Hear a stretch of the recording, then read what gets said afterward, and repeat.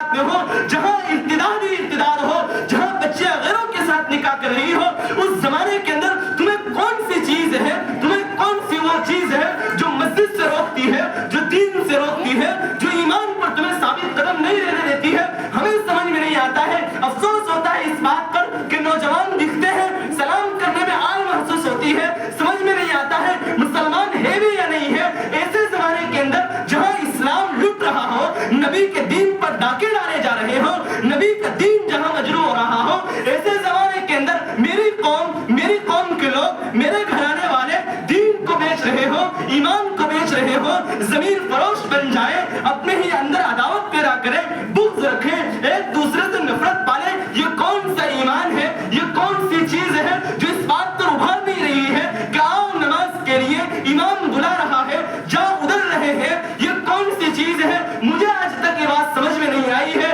آپ لوگوں سے میں کہہ رہا ہوں کہ ہمارا جلسہ کامیاب اس وقت بنے گا، آپ کی یہ مجلس کامیاب اس وقت تک بنے گی جب کہ تم اس مجلس کے اندر یہ عہد نہ کر لو کہ انشاءاللہ میں آج سے اپنی زندگی کو بدلنے کے لیے پوری کوشش کروں گا، اپنی زندگی کو رسول کے مطابق گزارنے کی کوشش کروں گا۔ اور جب تم نے یہ عہد کر لیا، جب تم نے اس بات کا عزم کر لیا میں اپنی زندگی اپنے رسول کے مطابق گزاروں گا، اپنے نبی کے مطابق گزاروں گا، اپنی شریعت کے مطابق گزاروں گا، میں تمہیں ضمانت دیتا ہوں اس بات کی ہمارا جلسہ کامیاب ہے، ہمارے بچوں کا پڑھنا کامیاب ہے۔ لیکن اگر یاد رکھیے ہمارا جلسہ ایسے ہی رہا، بیٹھ کر چلے گئے، واپس وہی عداوتیں، واپس وہی دشمنی، واپس وہی ایک دوسرے کے چہرے سے ناآشنائی، تو یاد رکھیے ہمارا جلسہ کامیاب نہیں ہوگا، جلسہ کامیاب نہیں ہوگا۔ مسجد میں بیٹھنا یہ بھی عبادت ہے۔ اس لیے میرے نوجوانوں، میں نوجوانوں سے یہاں خصوصاً اس لیے کہ دوسرے لوگ نہیں ہیں، میری بستی کے لوگ ہیں، میں انہی سے مخاطب ہوں کہ اپنی زندگی کو